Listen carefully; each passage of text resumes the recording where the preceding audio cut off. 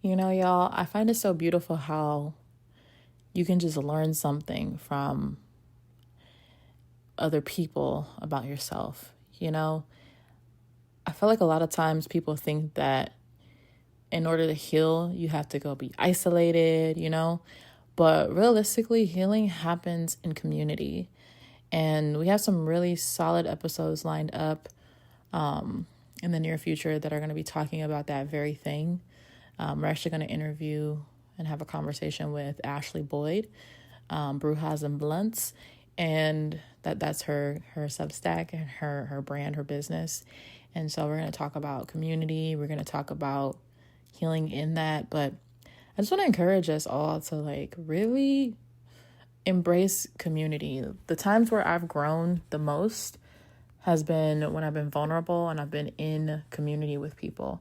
And sometimes when you have reactions to people or to experiences or things that they say or do, sometimes it's something that's in us that we need to explore a little bit deeper. And man, wouldn't it be easier if we just healed on our own at home and then came out into the world yeah, here we are, But that's really not how healing works. Healing is about being a little bit uncomfortable sometimes. Healing is about being vulnerable. It's about putting yourself out there even when you really don't freaking want to. That's been a theme for a lot of us this past month of just being vulnerable, and in spite of being vulnerable, even though we don't want to, we've really been stepping outside of our comfort zones. We've been pulling up the weeds and getting down to the real root work and not just the surface level healing. I had this really interesting conversation with a friend of mine, and I remember her saying I'm not really good at self-care. And she was describing all these other things she does to me, and I was like, girl, that is self-care. And sometimes we seem to think about self-care as the commodified capitalist things of spending our money to get self-care. We don't have to spend our money to get self-care, right? We can get self-care a number of ways, and doing things that are good for our bodies, doing things that are good for our mental health, taking a break, slowing down, a bubble bath, drinking water, y'all. Bathing yourself, moving your body, all of those things are considered self-care. Taking time to organize your home, clean your house, that's a form of self-care. Paying off debt or bills, that's a form of self-care. That's for the long-term game, right?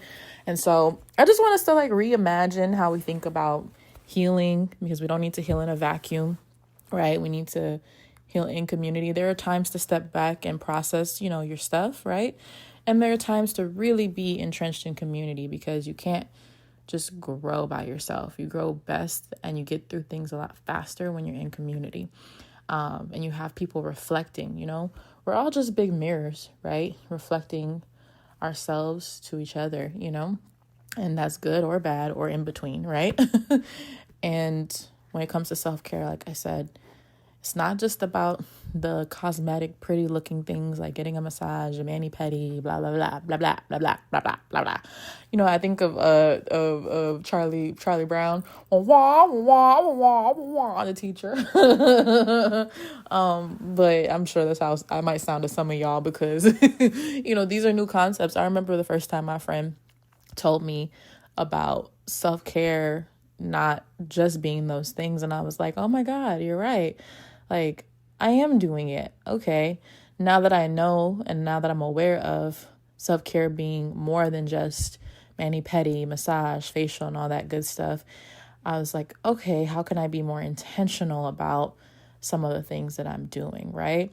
So, drinking water, making that feel like a ritual of just taking your time, feeling it nourish your body as you take a sip, going slowly, moving slower throughout your day, Sometimes I'll do things like set my alarm a few hours early, and then just so I could snooze it. And that feels like a form of self-care to me.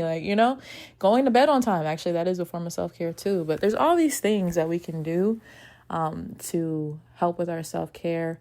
But I just want us to start thinking about things differently, like healing, self-care, because we've all been conditioned to do, to spend, to not really get a chance to think or slow down. And, when we get a chance that things can slow down, that's when we're dangerous. That's why all these things are pushed, okay? That's my little conspiracy.